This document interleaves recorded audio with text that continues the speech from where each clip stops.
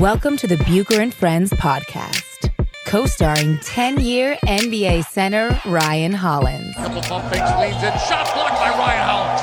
Hollins sent that into the third row. 6 rebounds and 8 assists.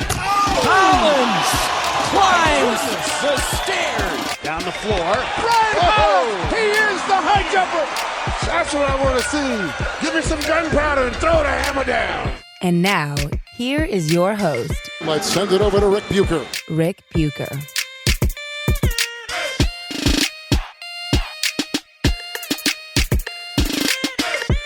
Welcome to another episode of Bucher and Hollins, subsidiary of Bucher and Friends, part of the United WeCast Network. I'm Rick Bucher. You can see me on FS1. You can read me on Bleacher Report. You can follow me on Twitter at Rick Bucher. He is Ryan Hollins. You can see him on a multitude of platforms, most often on ESPN, NBA vet, and a free agent, along with Kawhi Leonard. So we'll start there, Ryan. What do you make of the Kawhi Leonard show that he has held us all hostage here for a multitude of days? Is basically was the biggest domino and is the domino that is yet to fall. You couldn't have said that better. And I think, Rick, even from your standpoint, a guy who's supposed to have all the information, he doesn't give you anything. And it's kind of funny to me, like everybody's trying to break down and where he's going and what's this. And, you know, normally if this is LeBron, this is KD, we have leads. You know, you can put two and two together. When KD started leaning towards Brooklyn, it was pretty obvious for everybody to see, aside from New York, and it just made sense. But dude, when you look at Kawhi, like, dude, just stop trying. And I know Jalen drops the news today, right? And he's like 99%. It's like, okay, well, Jalen, so somehow you know his decision before he makes it. And I take that with a grain of salt, man. Yeah, you know what? And this is the problem that I have. Again, I like Greeny, but when a guy says 99%, don't you have to ask? And maybe they did. I only saw a clip. Don't you have to ask? Okay, so what's the 1%? You're either in or you're out. Like, what's the 99%? Why? If you're that certain, either not that certain, or if you're certain, just go the 100, right? Yeah, no, you're right about that. And to me, when I hear that says 100%, and it puts people in these situations where they're just these educated guesses. And in Kawhi's term, they're truly guesses. You don't know what he's thinking. Like, if it's almost, to me, like, Kawhi gives you, like, it's almost like, dude, do you even care to play in the NBA? Like, is the next option retire? Like, I can walk away from it all. Like, he wouldn't surprise me if he was a guy that goes, you know what, I decline it all. Like, I'm good. Well, he definitely sticks to his own guns. He did that with the injury thing in San Antonio. Yep. I believe the reason that it's taking as much time as it is because he was genuine in saying, I'm not going to think about this until my season's over. Like, I think he's very good at compartmentalizing. And now he's met with everybody. He has all that he needs. I mean, look, I've been working my sources too. And I will tell you this. What I've found from my research and in talking to people is that you're right. The reason that we can't come up with which way he's going, and everybody's got a different opinion, is because he has not made that decision yet definitively. That it's not a matter of who he's going to play with, or that he's going to go to LA, or that he's got to win another championship, or any of that.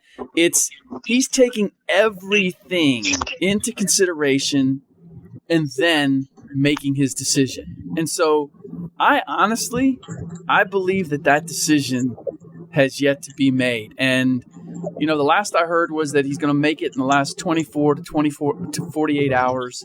We are recording this on the eve of the 4th of July, and I heard that earlier today.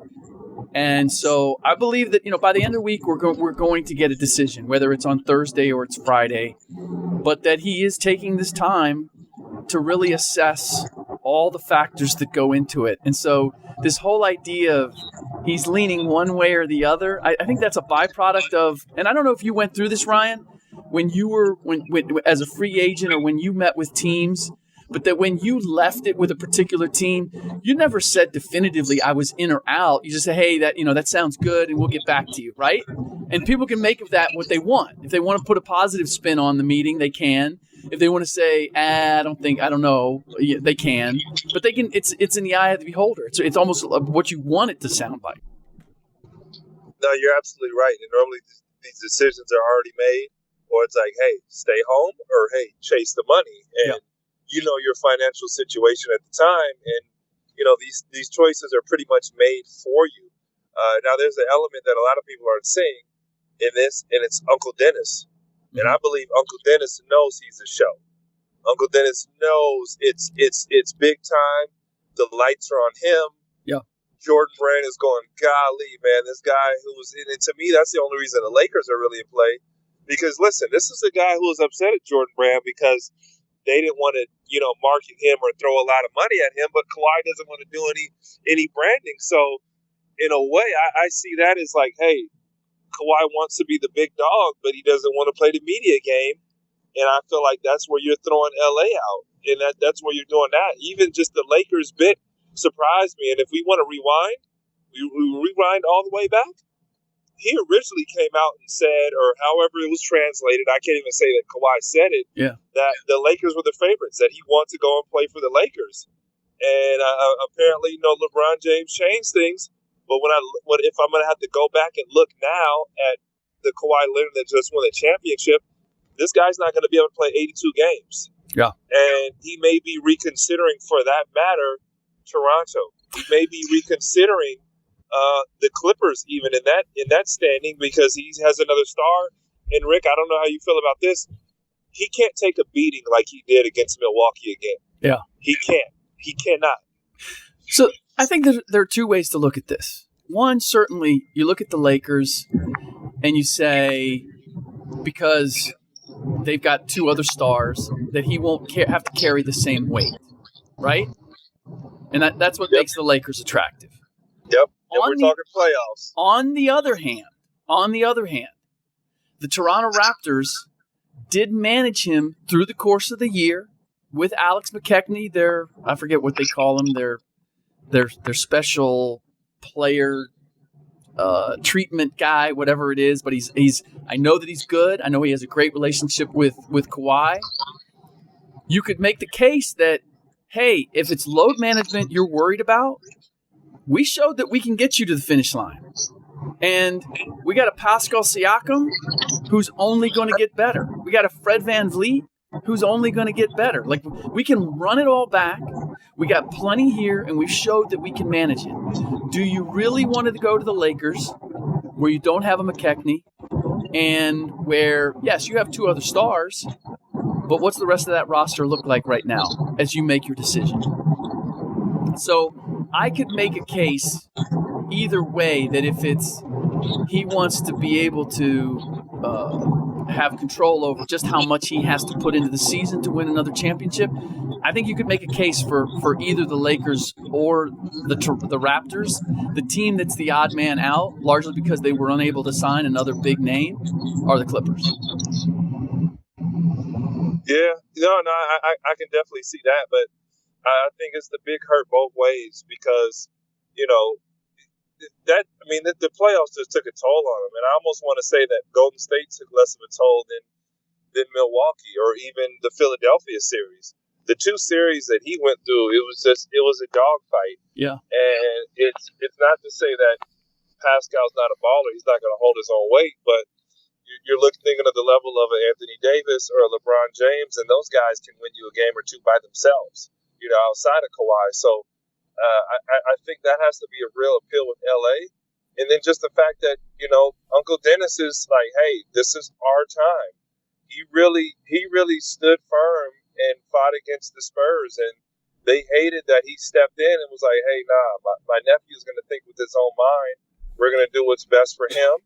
And we're not just going to be these robots in the San Antonio system. Yeah. And I think that same attitude is stepping into free agency that, hey, we're going to take our time. We're going to do what's best for us because, we understand we're in the driver's seat now. Yes.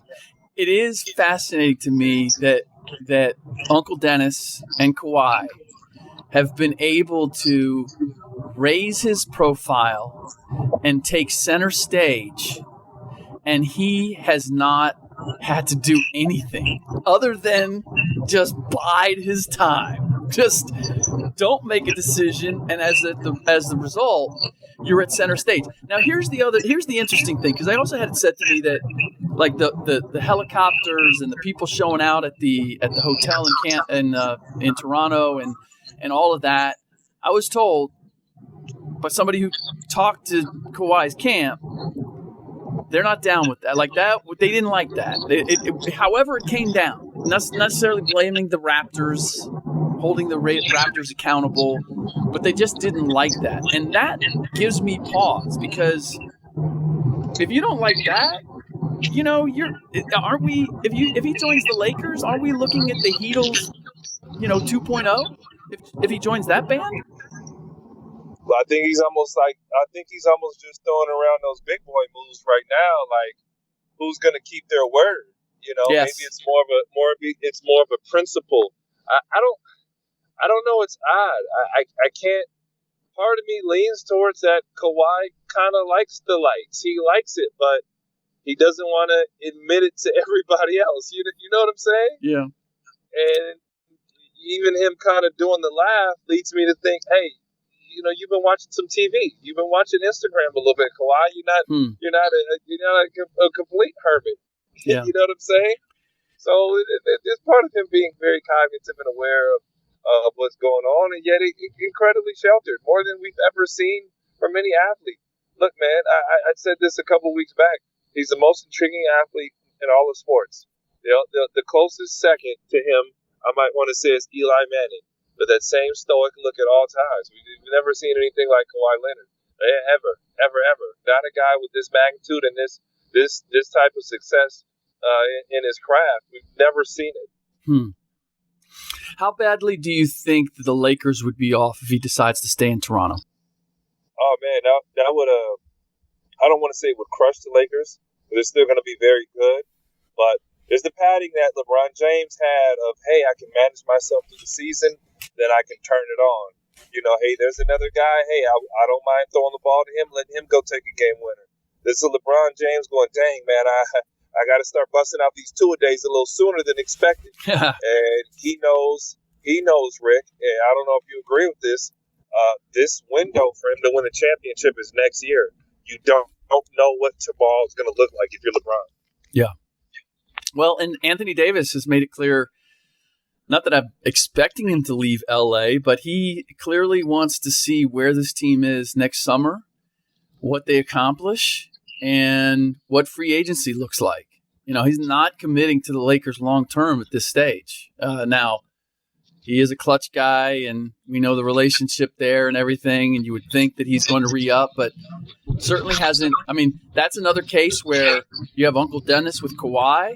You have AD's dad, who's still very much an influence on ultimately what that crew does. It's not. I don't think it's just the Rich Paul show, to be honest with you.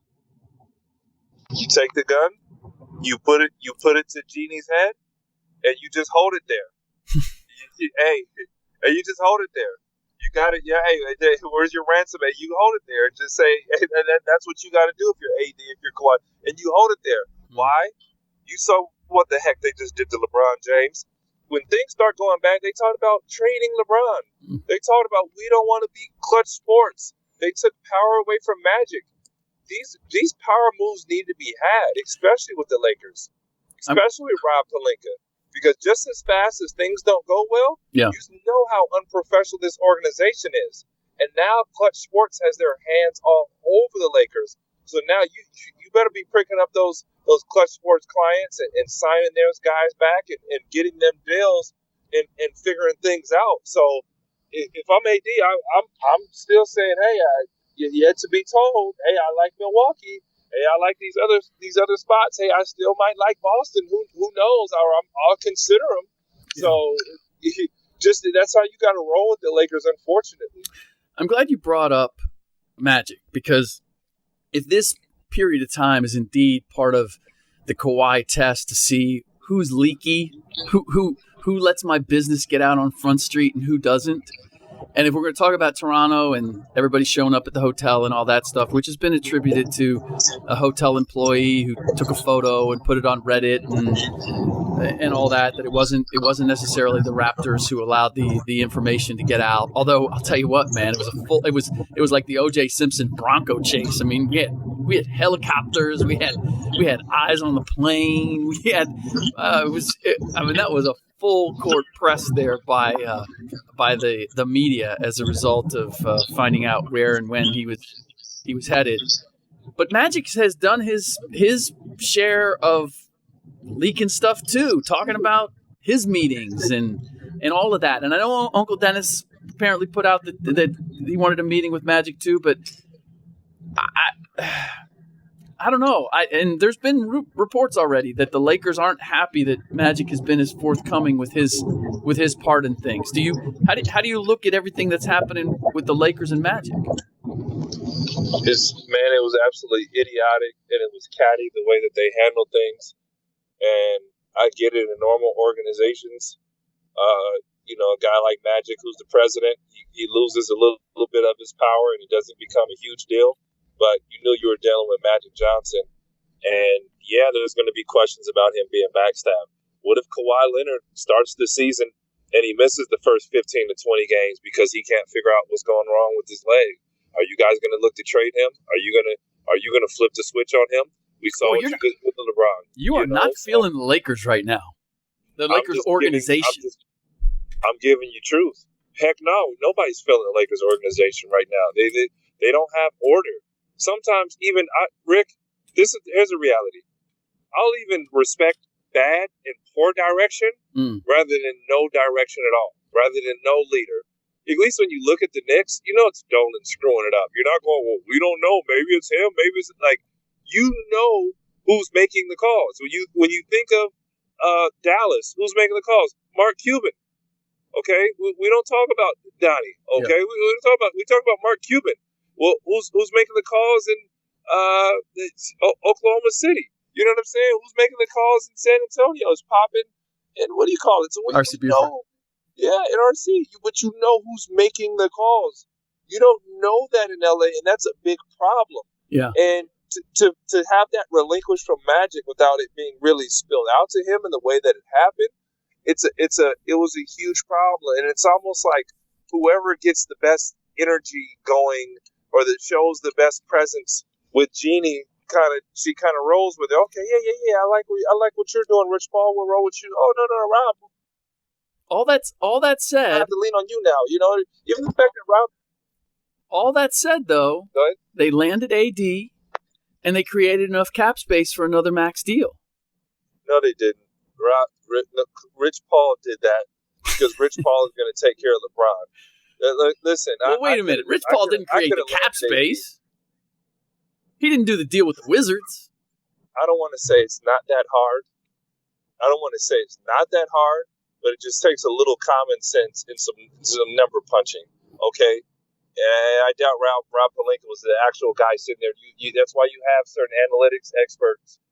No, they have a pretty good capologist from everything that I understand. Those are number punchers. Okay, that's not. Hey, we got to shed, $15 million. Okay, boom, go get it done. What are our options? Who can we talk to? I don't want to say it's not that hard, but that's just a matter of numbers. This is the big question that I have with what they were able to maneuver in order to get the cap space and AD dropping his $4 million and the variety of things that they did. You can't tell me that they had all that planned. I think they salvaged it. I think they saved themselves. I don't think this was the plan all along. And that's what people have tried to sell me on. Like, hey, you owe them an apology because you said they miscalculated and they created the space. And I think they found a way to create the space. But I think initially I think they had to find their way to that because it was a big uh-oh at one point. Well, let me throw this at you. I don't know if you agree with this or not. If I'm going to credit anybody with maneuvering and dealing, I'm going to credit Magic Johnson and whoever else helped with the draft. Because, listen, the make-or-break decisions that were made with the Lakers were good. A, LeBron James. B, the way they drafted. Outside of Lonzo Ball, who still is going to be a really decent to good NBA basketball player, if not an all-star potentially. I'm not ruling that out. I'm not on the road to rule that out. They've drafted well. D'Angelo Russell, Julius Randle ends up being a good pick. Whether those guys were moved, Clarkson, Kuzma, Ingram, these guys end up being serviceable pieces where in a number of organizations, some of their draft picks aren't even in the league or they're injury prone or things like that happen. And guess what? Okay, he dropped the ball with Rondo, Lance Stevenson, however you want to name these other one-and-done guys. They're on one-year deals. Yeah, but I can't give Magic credit for all of them. I mean, he didn't draft all of those guys. And he ultimately moved D'Angelo and he moved Julius Randle. That's fine, but they were good pieces, and you got stuff back in return. So I'm just saying, nonetheless, under his direction, he was captain when that stuff was happening, and then they were able to clear cap, even moving guys like Larry Nance. Let's say Larry Nance isn't serviceable. You could make that trade with Cleveland and clear cap to kind of get LeBron in play and then be able to be equipped for another star. Yeah, so, I can't go quite that far with Magic because Magic made Lonzo Ball. Magic made Lonzo Ball out to be the next Hall of Famer before he ever stepped on a court. And you can't tell me that didn't undermine the kid and the expectations and everything that transpired. And I'm not ready to say that Lonzo Ball is going to be the next perennial all-star from his class. I'm not going to say that he's not. I'm going to say he's a decent player. Yeah, I agree. End up being a piece, and if anything, the rest of the guys either achieved what they're supposed to be or overachieved. Yeah. Now, obviously, Lonzo didn't live up to the hype. We don't need to question that, but let's not act like he was just a bust. We're not putting bust on him, and I don't think that's what you're saying, Rick. No. I'm not. I think what undermined him is that the expectations were set so high for him. They were ridiculous. Okay. Rick, you know even better than I know because you've been following the league and drafts, and you know the history of the game. How hard is it to draft in the NBA and at least swing and get base hits? Maybe they're not all home runs, right? Base hits. Yeah, 90% of the players, it's about fit. It's about getting the right guy in the right system with the right coach. And then if you get a guy who can play 6, 8, 10 years in the league and you do that consistently, you're hitting way above average. Yeah, I credit. Now maybe it's not Oklahoma City where you're drafting, Westbrook, Durant, Ibaka, Harden. Maybe it's not one of those situations, but I have to give them credit for what they're doing drafting wise. They're not missing, and even the pieces that they move, they're getting something back, and it's turning in. You with a lot of people, you get wasted picks from a lot of these guys, man. Look at Philadelphia. That's why I hated the process. Everybody looks at Embiid and Simmons, but they literally swung and missed on like 6 or 7 draft picks before then, and we're talking about like top 5 picks. Michael Carter-Williams, Dario Saric, Nerlens Noel, Jahlil Okafor. Yeah, no, I hear you. I like Sarge though. Sarge wasn't a swing and a miss. No, he wasn't, but he also, again, and that was another case of like people, the expectations were put through the roof. Honestly, I'm not completely sold on Ben Simmons yet either. And Joel Embiid has to stay healthy. I mean, you could make the case for all that the 76ers have done that not one of those picks has proved to be foolproof at this point. Like one where you go, well, they nailed that one. You got bang for your buck out of Embiid and Simmons, and Embiid to me still haven't gotten out of the second round. Embiid was even more bang because he changed your franchise, and the fact that everyone was so scared of his health, and at least he's out there. You got more than expected. The guy's killing it in the league. Okay, and I say that to spin back to Magic Johnson and the moves that the Lakers made while under his leadership, maybe those weren't exactly his calls. The team was trending in the right direction. He didn't make a move that goes, oh dang, we're stuck. We're stuck now. He didn't make that move where, oh gosh, why we sign him? Even kids say maybe that wasn't a great signing. It was a 1-year deal. These are 1-year deals, man. So I just when I look at the Lakers and I look at Magic was absolutely done wrong. There was no leadership, and before they decided to strip his leadership, it was a panic move. And I get it. If I'm gonna, flaw Magic for something, he didn't bring any shooters on the team. He learned his lesson there, and he opened his darn mouth too much. There's a problem. That's the reason why he wasn't able to land guys like Paul George. Yeah, and you could make the case he still is. I mean, it's this quasi position that they have Magic in, and his talk. And I still feel as if he talked about Kawhi and taking meetings and doing all that because Magic kind of wanted to restore his image. It was good for him after he got kicked to the curb by the Lakers. What do you think he sold to Kawhi? Or you talked about like what is his position? What do you think he sold? Was it, hey, they did me wrong, or was it kind of like, hey, be a Laker? You know that's some nonsense that they're on, but what do you think his message was? That's tough. What can his message be? It can't be I'm going to take care of you. I mean, if he's basically saying, hey, why don't you go ahead and join an organization that has a GM who backstabbed me? Man. How do you? I mean, really? I mean, okay. How does Magic make that pitch? I'll give you for me, in experience. This was similar to me going to UCLA. Lorenzo Romar was my guy. I knew I would be in good hands. I knew I was going to be with a coach that knew me, recruited me, and saw me since I was a sophomore in high school, right? And this is a guy who put his word behind me. And when UCLA came around, I chose UCLA because of post-college benefits. I chose it because I knew if I played well there, I knew I was going to go to the NBA. There wasn't a question. And I was going to be in the lights. I was going to get the TV coverage. Yeah. And I knew UCLA wasn't a place that I had to earn my keep. And I didn't feel like I was going to be treated right. And from day one, I just never felt like I was anybody's guy there. But I knew the benefits outweighed the negatives. And I tell that story to look at Kawhi and how he may look at the Lakers and say, I'm going to be larger than life at home. I'm going to set myself up, enshrine myself in history by doing this. And keep in mind, we keep bashing Pelinka. Well, Kawhi's a Kobe guy.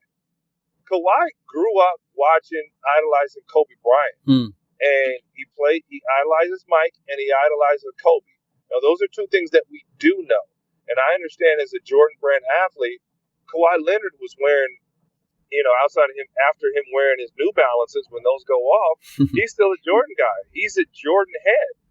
There's no accident to Kawhi's fadeaway and the way he plays and working out with guys like Kobe Bryant. So he may be looking at, like, when I look at the Lakers, they're more than just their management. They're culture, bro. Man, there are a lot of questions there, and I hadn't really considered this, but that whole Magic conundrum on how he sells them on a team that sent him down the river is a challenge, I believe. All right. So looking across the landscape, let's say that Kawhi, and we're going to wrap up on this. Let's say Kawhi doesn't go to the Lakers. Who is the team to beat in the Western Conference in your mind if that happens? Honestly, I think it's still the Lakers. Woo! I think they can. There's still a lot of good guys out there, and they can strengthen that lineup. They can go deeper. And I don't think we're really looking at the impact of Anthony Davis with help. If you look at those Pelican teams, and not saying anything wrong about Drew Holiday, that he's not a baller, but they were able to be put together some amazing systems around Drew and his pick and roll game, and his impact was special, man. I mean, even without LeBron in the lineup, let's just say AD's there. That's a 40-win basketball team placed around Anthony Davis. And we've been able to see that. So I still like the Lakers with the correct pieces around them. And that's saying that Frank Vogel gets in and he knows how to play big guards, and he gets his system going, and they buy in. All the guys buy in, and LeBron's kind of been humbled by last year because I felt like his head was up his behind, and that's with all due respect. He went to LeBron. He was just I'm good enough to get you 38 days, but he wasn't. His mind and his head and his heart wasn't in it, and you're hoping that he was embarrassed enough from last year that he's coming with it. I'm feeling the Utah Jazz right now, and that might be just, getting too hyped on the offseason moves, but Mike Conley, Bogdanovich, Jeff Green, I feel like they created depth and scoring from the perimeter that I added to Donovan Mitchell, and I like what they have. I think the West is wide open, but they've gathered some playoff experience. Last year was a disappointment, so there's some extra fuel in the tank. If I'm going to pick a team, that might be it by default. I'm not feeling strong about anybody, but I feel as if Kawhi is a huge game changer with the Lakers. The Anthony Davis had plenty of opportunity. Don't tell me he didn't have enough in New Orleans. If you're a top 5 player, you're at least sniffing the playoffs. And they did that all too many years. Some of it was because of injury and he wasn't available. I think he's going to be in the right role here. But if Kawhi does show up in LA, then AD becomes Kevin Love, Chris Bosh. That's his role. That's what he's going to end up being.